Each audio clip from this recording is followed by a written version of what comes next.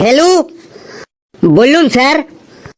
তোর বাড়িতে তোর বাবা মা তোকে পড়তে বসতে বলে না? হ্যাঁ স্যার, বলে তো। তখন তুই তোর বাবা মাকে কি বলিস?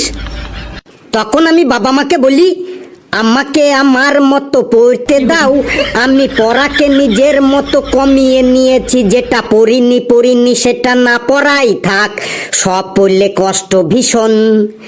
এই পড়ার টেবিল আজ ছারখার, তবু পড়তে বসেছি আজ 3বার। আমি পড়তে চাই না যে আর কোনো নতুন রকমের চ্যাপ্টার, তাই চেষ্টা করছি বারবার না পড়েই পাস করবার।